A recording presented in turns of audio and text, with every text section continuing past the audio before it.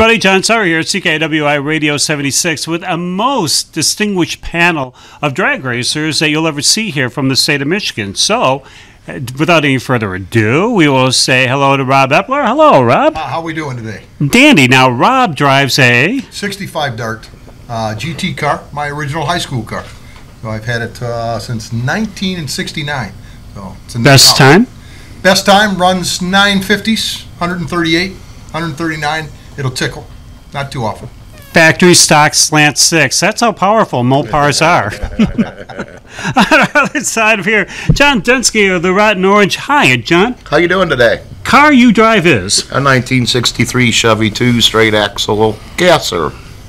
There you go. And least but not last, it's Chuck Raymo. Hiya, Chuck. Hi, John. How are you? I drive a 1964 Pontiac Tempest with all Pontiac parts, and it does. I did 9 teens last year. We only ran 9 teens? 9 teens. 9 with maybe, I think it was 918. 918. I thought like 18, 19.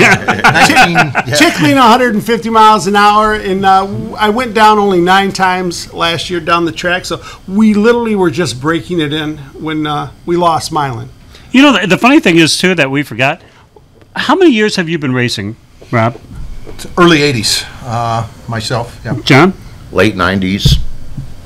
What month is this? When you get really old, you just forget. I am the Geriatric race team CEO, so you just forget sometimes. Yeah, and talking about forget about getting into the Geriatric race team, too, because you can't, it's too late, the door is shut. The door is shut. However, Rob's got something for you. The Dragway Legends. The Dragway Yes. Legends? Is that what we're talking about? You are right. Yes, you are. Go ahead, Rob. I was in a geriatric mode. Come on. I was trying to support the group. Who? Me? Yeah. Detroit Legends, right? Yeah, Detroit I'm here Legends. for the pizza. At Detroit Beach Pizzeria. Absolutely. Yeah, that's right. Okay. All right, so Detroit Legends. Yeah, I'm lost at that point. No, not really. Yeah, it's a very nice, it's a small group, but we're trying to grow it. It's a exhibition group of racers that we go out and try to bang heads and have a good time with the 410s Pro Tree. And I try to win it whenever I possibly can. Can we give your quote? Sure, absolutely. Rob had one of the best quotes we had off air. It was like, well, you know, what are we going to talk about? We kind of exchanged some ideas of what we're going to do today on the 615. And again, welcome being here on the very first 615 that we have. It is the video version of our 515 show that we have every Tuesday on CKiW iRADIO 76. And we're so glad that you're here on our inaugural show. Now, Rob said, well, don't ask me for, like, you know, racers' names and stuff like that, because I don't want to know them. I just want to beat them. I'm not real good with names, but when it comes track time, sit down and get after it. You know. It's an amazing thing because there's so many people in drag racing that, well, and it's a strange sport because if you break, somebody will be there to help you. Absolutely. Yes. Oh, I don't Absolutely. believe it. Quickly. With parts. With parts, and these parts aren't $5 parts No, either. they're not. No, they're not. And especially if you drive Mopars, you well know. You know. Yeah, nothing's cheap with a Mopar. However, for Chevrolet people, Oh, yeah. Everybody's got one. yeah, we went to Kroger and got a 350 block, you know. Out of the seafood section. Yeah. You know, and the one thing was, too, how many times, and we'll start with you, Chuck, Yeah. how many speed shops have you known in your lifetime? Oh, I've learned all of them. I don't know if there's one in... There's none left, I don't think. Oh, no. There's Bolt On Performance. There's B&P Speed Shop. There's Fast Time. There's a lot of speed shops. They just need more cars to come in and buy their product. But I'm on first-name basis on a bunch of them. Wow. I was Sorry. just at Moran's today. Were you? Yeah. Okay, yeah. Super clean facility. Oh, it John? is. It I is. got my Summit hat and the gold card from Summit over here. So Wow. Yeah, we do a God, lot of business. which way do over I there. lean? Who's my best friend now? You know, because we were talking about this the other day. I mean, how you had a Gratiot Auto Supply, how you had a Ram Yes, Chargers. yes. You know, how you had, there You're was right, 2 you're right. more, Livernois. You're right. You know, it's an amazing thing, amazing time where you could walk into any of these places and just pointed to the high-rise manifold you'd want. You know, however, what they didn't tell you back in the day, was that you should probably have some thought about when you're building your car. Because for some god reason, they would always have this Whelen high-rise manifold with like a 550 Holly, you know, and then so you put that on your car, you don't change, and you get a new cam, but you don't change valves, you don't change anything, but look at this 800 lift, only $40. Put that in. Three-quarter race cam. Oh, yeah. That's what we all said. 3/4 race cam. Oh, yeah. All day long. Stuff, man. Or if it's a Mopar, it's a purple cam. There you go. There you go. A purple shaft. Purple shaft. Shall we not say, from your direct connection friends. See, Rob gets to talk more because he's the Mopar guy here. So, anyways, when they would have that, and then they'd give you the $49 header special. Yes. You know, that we're going to leak in about the first time you put the purple hornies on the bottom, and they banged on the bottom of your car. But then, let's tap it off with some Gabriel hijackers. Oh, yeah. Oh, my God. Air shocks. Air shocks. Absolutely. Air shocks on a GTO look real good till they fail. So your car would be jacked up like this they were. because you'd always just overfill it. Always. You know, and then you would have these mismatched parts, you know. Oh, and then if you really wanted to, if you had any kind of money, you bought that Excel, that yellow Yes. big Super coil. big. Yeah, oil filled. Oil filled. Now, these would be put on cars where it would be like on a 318. You know, like a 318 two-barrel car. But you would open it up and you go, wow, look at me, Mr. Race Car Man. Don't forget the stickers all over. Oh, yeah. Oh, if you were lucky enough to get a Moroso sticker, or if you had the big money for the hooker header sticker. If you wanted to go all out, you could put some traction bars on there. Oh, with a that's Lakewood right. Put some sticker. slappers. Yeah. Oh, yeah. Great on the Michigan roads. Oh, you know what I yeah. mean?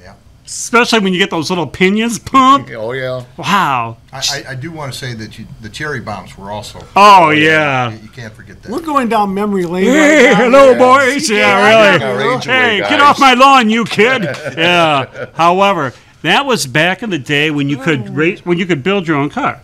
Now, nobody told you what parts. You always had like one friend who knew kind of how to build an engine, and you had some guy who had a lot more money than sense. You know, and it was, you know, whether you go to Mancini's, you know, or something, and you're right, and get the, you know, the purple shaft, you know, cam, and you got the wildest, the highest, big sound ever. Yet your little Holly 550 on your medium rise intake, all these parts were not matched, were not supposed to be like this, but they looked cool. They did look cool. Oh, baby, you got the Gratiot Auto Supply sticker or the Ram Charger sticker? You know, that was something, especially if Linda Vaughn showed up. There you go. Did you have a dual point distributor? Because that. Oh, Yeah, so, Gotta have it. Had to have it. on factory Chrysler motors? How long cars. did it take you to learn how to tune it? Oh boy. Oh, yeah. Put the little feeler gauge in it, and here we go. Yep. Yep. But what's this carbon arcing on top of this distributor cap? Oh, wait. Now you got to get Blue Max, you know, wires that you cut yourself. And this one is just a little bit too short. Oh, well, it'll jump. And then if you got a lot of money, you got the XL spark plug for no apparent reason. Anyways, the reason why we went through all of that was that's when anybody could build whatever kind of car they wanted. Whatever you had, you could build. You know, 318 cars, you know, Ford Galaxy. You know, they did not have to be, I'm trying to think of a Chevrolet car that wouldn't be, you know. Corvair. Yeah. Hey, careful, I built those. Oh, If you had like a 307 Nova, it didn't matter. You were still building your own car. You're making that noise going down the street. You know, hello, Woodward. Nobody knew any different. The unfortunate thing is now, folks can't really, and really, Rob, you should probably be able to speak to this. There's not a whole lot of chance for kids to build their own engines now. Not too much. Everything, of course, with the computer controls, it's, you know, maybe a laptop now. You know, they're getting really good with the laptops. But as far as bolt-on parts, not like it used to be, you know. Yeah, I mean, so one of the thoughts of drag racing was once you put all this mishmash of parts together, you could actually, you want to take it one step further, take it to Detroit Dragway, take it to, because they always had the bracket days, Right. or the high school days or whatever like that. High school nationals. Yeah, and then you could go one further, But now there seems to be there's like a lull, and it seems like in our estimation it started about 1974, because between 74 and 90, what did you give any hot rodder, any kid nowadays to buy? What could they be excited about? Could they be excited about a GTX? No. Could they be excited about a GTO? No. I mean, you could get that 1974 Nova body kind of GTO. Yeah, that was really embarrassing. Yeah. Or you had the Corvettes that had 180 horsepower. Yeah.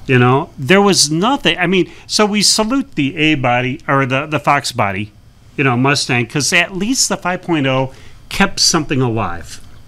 Yeah. For somebody that really wanted to build their cars, because Chrysler wasn't giving you anything but, goes like hell. A 2.2 Turismo. Yeah, with a very big sticker. I mean, what was the most embarrassing car you ever saw in that era? Man. I'll go first, and I'll say a Turismo, a TC3. I mean, it had stickers, it had fins, it had reverse hood scoop not working. Oh, wait a minute. Should I just say a 6.6 TA? Polish Eagle on the front, T-bar leaky roofs, a reverse hood scoop that did not work. Nothing worked, 21 horsepower. But look at that. It was in the Bandit movie. Wasn't there a Chevy Citation X? Yes, there was. Yeah. Yes, it was. The man who owns this restaurant owned one.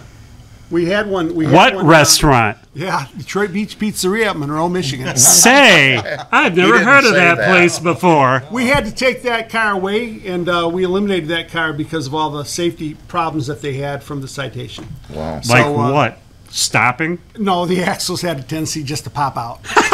A lot like the Corvair. So it had some issues, and we took care of that problem. We just sold it. Well, I mean, Chevrolet had the Z24, which was a sticker Cavalier. project. Yeah, That was a cadaver. And then again, what, a 2.4?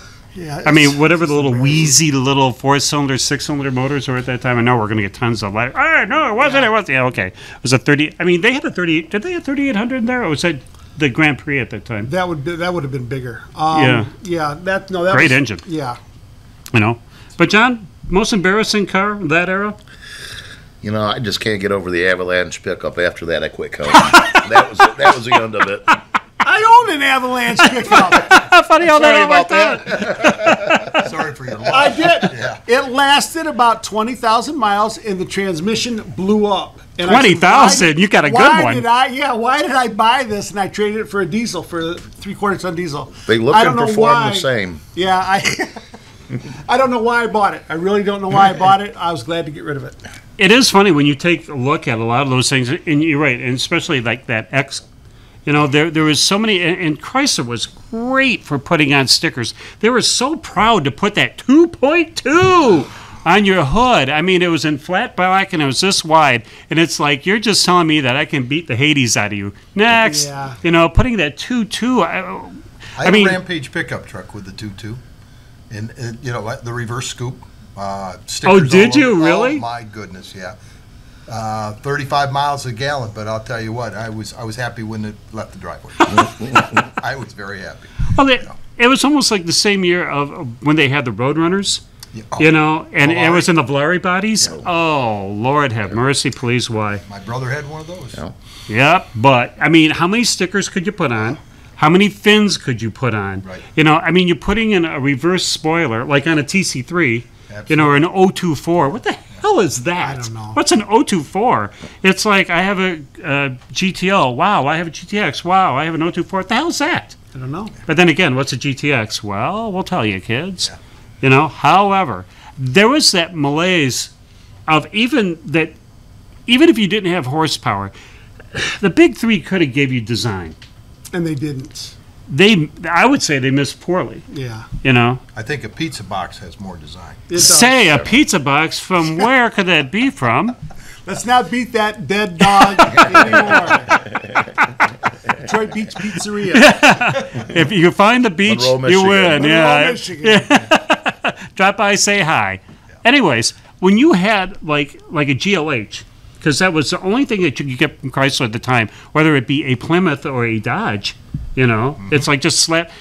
Chrysler went down what year? What was it last year for Chrysler that was decent in your estimation? I'm going to say 71 as far as Yeah, going back I'd that say far. that too. You know, He gets to speak more. Absolutely, 71. 72, then all the compressions go bye-bye. Everything went down. You know, 71 was the last cool hot rod Mopar, good performance. Whether it be a Hemi car, or a 340 car, or a 446 barrel car, that's what you got. Why do I love that music to my ears? Yes, indeedy. You know, and especially when you saw Chevrolets, you know, I mean, even like their Chevelles. The Chevelles in 74, it's like, what are we talking here? Yeah. As soon as the bumpers got extended out, that Yeah. was it for me. That was the cutoff line for me. That just blew it. That was 73, wasn't it? 73 and 74. Yeah. Yeah, because, The 5 mile an hour crash bumper. Yeah. yeah, like that's how fast we crash into things. And technology was so bad, you had to have a bumper that stuck out this far. Have you seen any like Pontiac Grand Prix or anything like that? Or even Novas? Novas had these huge Monsters. Oh, yeah. But then you get your chrome polish out, and look how nice. That looks. Actual chrome? You were going to say, John. Yeah, no. I was able to, during that time, to work at the auto plant, and literally we just swapped out the front and the back end from year to year. It was the same really bad looking vehicles. We just swapped out the grills and the taillights. We did it year after year after year. The 70s, the 80s, the 90s, it just continued. They had no design. They had no reason to. They weren't going to offer speed. Yeah. So they just stopped. Well, you didn't offer anybody a reason. Now the car became a to from. You know, I mean, it was what could get you there economically? You know, what could get you there? Yeah. You know, When they had the gas crisis, that was the answer. See- That was the answer to that. that's why I kind of differ from Rob. When I think the best year for high performance was 74, because people were dumping Superbirds for like $1,000. Oh, yeah. You know, I mean, the hallmark of, all right, go this way, the best muscle car Detroit ever made. Your opinion. I have to be careful. He's on the other end. We're over here. 1970 Chevelle LS6. They made 4,400 of them, and I love them. I'm sorry. That's I know I'll be ostracized later in all the Pontiac groups, but I've helped friends restore them, and they're just beautiful. I love them, and that's all I'm going to say about that. There. Because we're not anywhere at a pizza place. Yeah, John, that's true. best car ever made by Detroit. He's going to like this. 71 Challenger, purple with a 426, 4-speed convertible. Shaker hood. That'll work. That'll work. That'll Yeah. work. Great. So now Rob's going to say Pontiac GTO. All right, Rob. No, I'm not. Of course, I'm going to tell you the 68 Hemi Cuda. You know, limited production, and certainly when you stepped into one of those, you were going to play seriously. At Yeah. the drag strip. And you know what's really kind of funny? Back in the day, when people actually bought these cars, they didn't actually buy the Hemis. Because for the street, they took the 440s because they're a lot easier to tune. They weren't as cantankerous. When you were taking it to Great Scots or Chatham, you know, it didn't eat, 3 gallons to the mile. And they were cheaper. Much cheaper. Yeah. It was a $1,000, $800 option for the Hemi, wasn't it? Wow. Well, the funny thing is, you see now, it's just like every car you see on the auction stuff, Hemi 4-speed cars, Hemi 4-speed cars. Absolutely. Where did all these Hemi 4-speed cars come from? Someone's garage that they've kept them for 40 or 50 years. Yeah, but you 50 see years. some of these people that did rotisseries. Yeah. Wow. When they go every nut and bolt, you know what's kind of funny? I just having to think about this. Nobody here on this panel said anything about a fine Ford product. The Geriatric race team likes Ford products. We are not against them. Anonymous. However, you can't join. You can't join. That's right. No But Ford we can aren't join. opposed to it. We are not opposed to Ford products. We love Ford. The 64 Thunderbolt Oh, my goodness, was yes. a very, very fine automobile. And beautiful. Yes, absolutely. And fast. And fast, absolutely. If that one comes to mind is the hot rod Ford. Absolutely. I'd almost say that the Talladega, that really big body style with that swoopy back end, only because our good friend Brian Wolf, that was kind of his first car. But it wasn't the Talladega, the front end wasn't that extended, but it was that body style. Or that or a Cyclone. It's had that really weird front end. They were competing against the Chrysler Charger 500, weren't they, at Daytona? Yes, So and then they stepped it up and said, say, how about a Superbird? You guys want to cheat? Let's go. I mean, not cheat. You want to be competitive. Because really, have you noticed, I mean, as much as we talk about drag racing, we'll do a little off to the side. NASCAR. Here's how you alienate your fan base. Not kidding. When you look back at NASCAR, even 78, Oh, yeah. there were Pontiacs, Yep. there were Buicks, Yep. there were, was Chrysler in 78? I can't think of anything they would have been racing No. besides an Imperial. That was a great idea Yeah. in 81 or 80, Although it was a cool looking car, though. A badass looking car for a luxury car. Ooh-wee. Wait a minute. What was your favorite car? When? If you could have bought something. Well, I would probably have bought a Thunderbolt with a Pontiac motor, all Pontiac, God bless. and a pizza from, really, a Superbird. Oh, by Okay, far. all right. I mean, then again, how many Superbirds have you found all of a sudden? They made X number, and then when the gas crunch hit, they took off the front ends and the wings, and they made them Belvederes again, and it's like, and when you see them go to Meacham or any of the auction houses, and you go, wow, how much are those things going for? Phenomenal. Yeah, incredible, and especially if you have a 4-speed Hemi.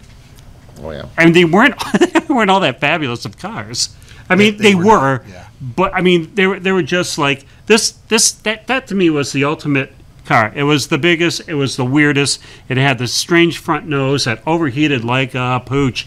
If you're anywhere near Woodward, which you should not be racing on Woodward, kids, always go 45. Unless the nitrous didn't kick in. Yeah. Ever see Woodward nowadays? I have, yeah. What do you think? I'll tell you what, it's loaded with cars. It's rougher than hell. I'm not overly impressed with it, but that's just me. So. How about you, John? Oh, I haven't been out there in 10, 15 years. It's a little bit too congested and too many people, and you got some crazy people out there too. Kind of, I stay back in my garage. Go out to Milan if it was open. How about you, Chuck? I loved Woodward. With the geriatric racing, bring your Fords. Yes. A big fan of the Woodward Dream Cruise. Yay. Yeah. I love it. You going, You're Rob? lucky you're on that end of the table. I know I am. I've gone to most of the Dream Cruises. They're hot. I own a 1970 convertible GTO. And with a convertible, you have to have the top down when you go there, and you will literally fry. Yeah. Because out of the entire day, you've only moved 2.5 miles. Yeah. So you will just get fried. And but that comes with the territory. I mean, we broadcast from right in front of Bravo Brazier Shop, or whatever, Foundation or whatever. It's always good. We're a quarter mile north of 12 Mile. Okay.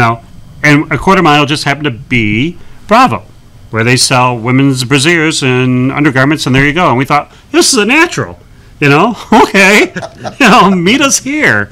Anyways, you're right, the cars don't move. We go Friday. Because Yes, Friday that's what there's we do too. actual That's movement, true. there's actual cool cars, not the trailered in cars, What not about the Down River Batmobile. Cruise? What's Down that? River Cruise that's going on, that was supposed to go on last weekend, Yeah. Friday and Saturday. Yeah. Well, there's a lot of things that got canceled because of the weather. I mean, I heard. But they that's a rescheduled great cruise. Yeah. I love doing that Now one. that one I like. Because I can move. I can go. I can move. And if you're doing Woodward Cruise, do it on Friday night. Yeah, Because by so far. much, you can go up to Pontiac and come all the way back if you want. And what cop car officer in Royal Oak? Anyways, but then again, you could go to the M1 for the Dream Cruise and pay your $200 and mingle with car owners. Oh. Wowee! You can do that here in the parking lot. Like here, that's where we're at. Literally right here. We're out in the alley today. Yeah, the thing is that M1, it's like, look, guys, so many things have try to take over the Dream Cruise. Eaton tried, Ford tried, all these big corporations tried. That wasn't the whole point. And it's just like when everybody saw Gibson's home run, everybody was there on the very first Dream Cruise. I mean, we actually were. I mean, people were actually putting out bleach. Yeah. And spinning. And Yes. it was fun. It was great. And the cops had no idea what was going on. Berkeley, I mean, some city in Oakland County didn't seem to really know what was going on. So, man, it was fun. Now it's become into, and again, you have, it's too noisy. It's too this, it's too that. It's the Dream Cruise. It pumps in how much to your restaurants, et cetera, et cetera. But if you're a real car guy, there you go. You know? It's tough. They're going to overheat, aren't they, Chuck? That's the one issue that all the cars have. An old car will overheat. It's guaranteed. Yeah. You will.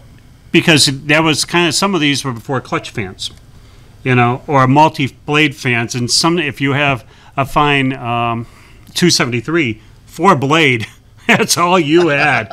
And it stayed there for you fine friends who had the 273 Commando engine with that fabulous secondary. There is nothing like a carburetor, pardon me, my electric friends, that when you hit the primaries and then you got the you know, for the secondary sound, it's like, I'm home. Did you take the air cleaner assembly and flip it upside down or take it off? The 273, the Commando didn't. You just had that big chrome thing, That's right. and you had to take it off, but it was unsilenced. Unsilenced. Yeah, which meant what?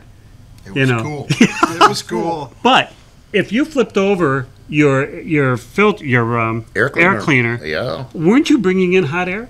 Well, yeah, but it was cooler. You could hear it going in there. Yes, you could. You Yes, could you hear could. it. It wasn't hot air. It was cool air. It was cool. Yeah. It was cool, John. You know, the funny thing is that we talked about, too, about what you're saying about Fords. Nobody here said anything about American motor cars.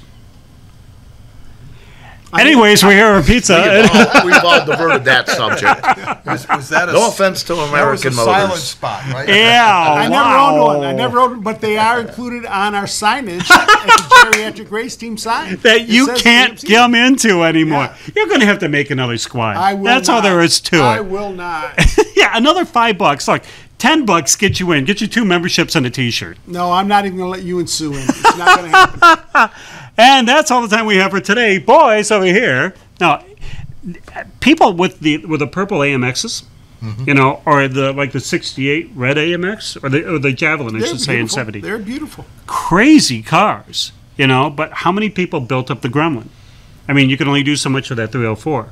But at that time, everybody thought, how aerodynamic with the cam back, you know, with that there's going to be no air going back there, and it finds out, well, maybe it's true, you know. But then again, with fastbacks, and especially like with Marlins, you know, and Marlins took the Charger body one bigger, you know, and they had that fastback styling, you know. Mustang had the fastback style. I can't think of too many Chevrolets who had the big fastback, except for like Impalas in 66, you know, where they had that big swoosh, and they thought that was going to be so aerodynamically great. Wind will just fly off the back there and it'd be like zero. The Monte Carlo did that. They had the NASCAR version of There you it go. back in the There you go. 80s, I believe. It was Oh, did they have the bubble don't- back? Yeah, the bubble back window. Yeah.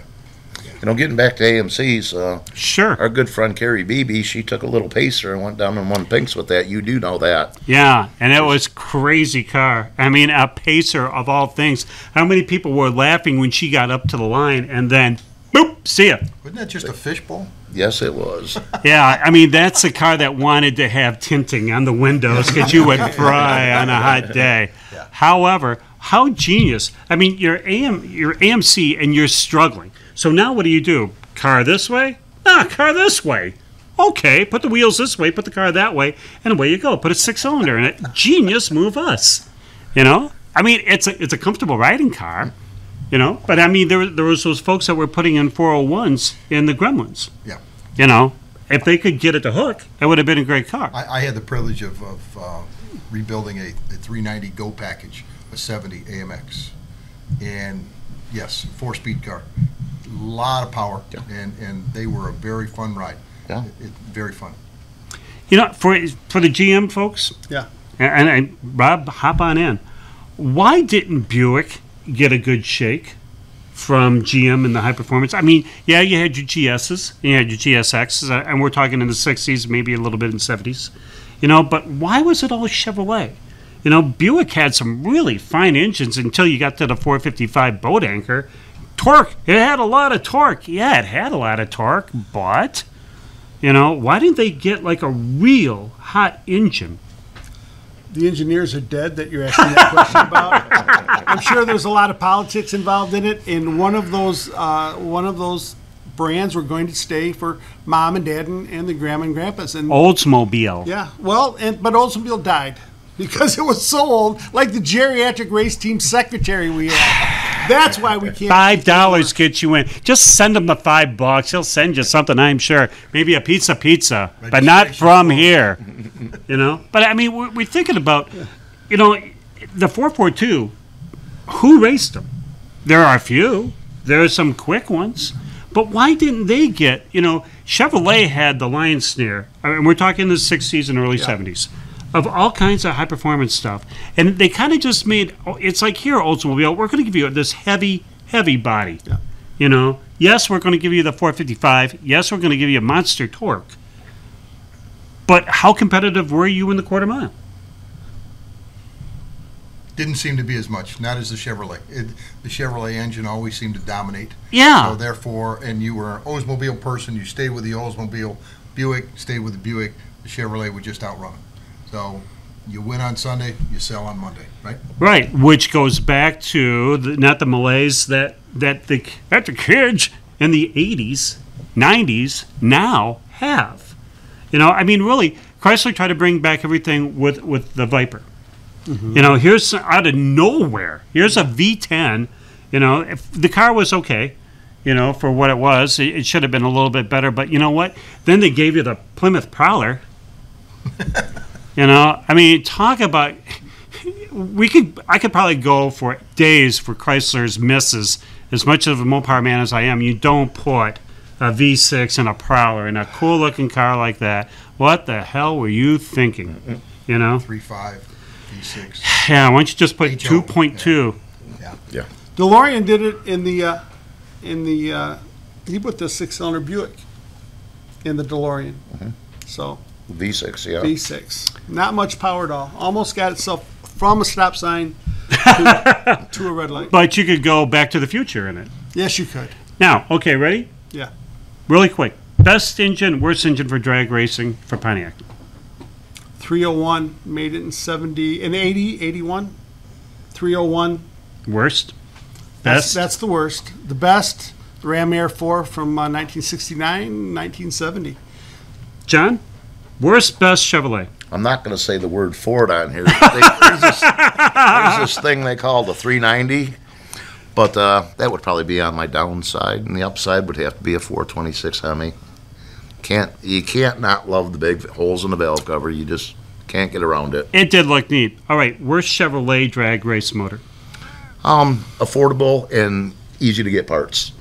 Okay, so would you say like maybe a 307 was the worst? Of the Chevrolets? Yeah. Inline 6. Okay. That really didn't. 250? That was slow. Okay. Rob, best and worst. There is no worst Chrysler motor. No. There's just some that were lacking. The 273 made excellent power right out of the gate. Yes, it did. And you could check the box for 340, get better. Check the box for 440. Check the box for 383. Check the box for a Keep Hemi. singing. And you had them all. Well, it depends on what your pocketbook was. And if you liked the A engine, you went to 340. If you wanted the RB, you went with the 440. Or, of course, you step up to the Ultimate Hemi. So I don't know if there's a worse engine other than the Slant 6, and a lot of people are running those these days. days. Yeah, making good power. Well, you get Slant 6 and Barracudas, right, Greg? Because Greg has the 66, our broadcast partner. Okay. With the Hemi under glass kind of back glass kind of body 64, style. 4, 5, and 6. Boy, that Slant 6 gets up and goes. But then again, you can't kill that motor. No. Are we talking about the 225? Yeah. Yes. Yeah, not the 198. I had that, and you're right. You couldn't. I went through town. I just take off a spark plug wire, and I put hood pins in so no one would be able to see what I had. Is it a Hemi? You better believe it's a Hemi. Doesn't it sound like a Hemi? Oh yeah, it's a Hemi. Why does it have one exhaust pipe? Because the other one goes to the turbo. Exactly. Talking about going back to the turbo, we got to get out of here. Good Lord, man. We told you guys we're only going to be here 10 minutes. Doesn't it feel like a 5:15? It does. Yeah, It we're really only going to does. be for a few minutes. So, Yeah. for Chuck Raymo, I'm so glad that you're here, man. Thank you so much for having me. Yeah, John. I mean, appreciate show it. up here anytime you want. Yeah. You know? John Denski, thank you so very much. Thanks for having us aboard. Rob, thank you, Rob Eppler, for coming in and, like, we had to go to the left-hander Yeah. to come in. So, we hope that you'll be with us. We're going to have a couple more of these 6:15s. God, I'm so used to saying 5:15s because it was an awful lot of fun. They Sure are. was. I think so. So, enjoy 'em. come And check us out. informative. Yeah, just four Dutch uncles sitting on a porch, talking to you about the best sport ever, and that's drag racing in America. So for everybody here and everybody at the home of the high-performance hits of the 60s and 70s, John Sarver, we'll see you next week. Bye now. Bye-bye. Bye-bye.